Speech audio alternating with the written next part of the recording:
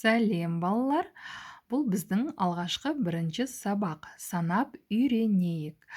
Біз сіздермен бүгін қосуды үйренеміз. Ал енді барлықтарыңыз қосуды жақсы білесіздер деп ойлаймын. Менімен бірге тексеріп көрейік. 1 қосу 1 қанша болады? 2. 6 қосу 2 8. Дұрыс. 3 қосу 6 қанша болады? 9. 4 қосылған 3. Ойланайық.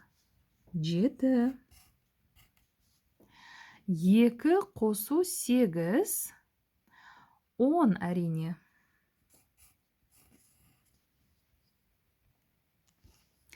Бір қатарды бітірдік. Келесі қатар. 2 қосу 5.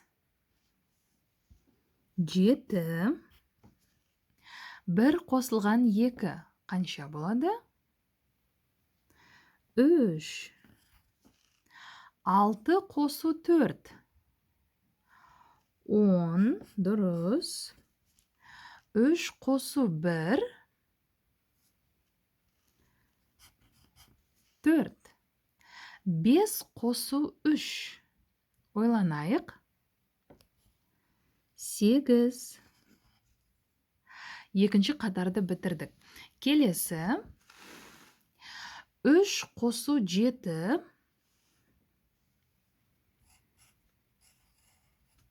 10. 2 қосу 3. 5. 4 қосу 4. Қанша болады? 8. 8 қосу 1. 9. 1 қосу 6. Ең соңғысы 7. Жарайсыңдар, балалар. Бүгінгі есеп сендер үшін оңай болды деп санаймын. Біздің барлық есептеріміз дұрыс шықты. Осымен біз сендермен бірінші сабағымызды аяқтаймыз.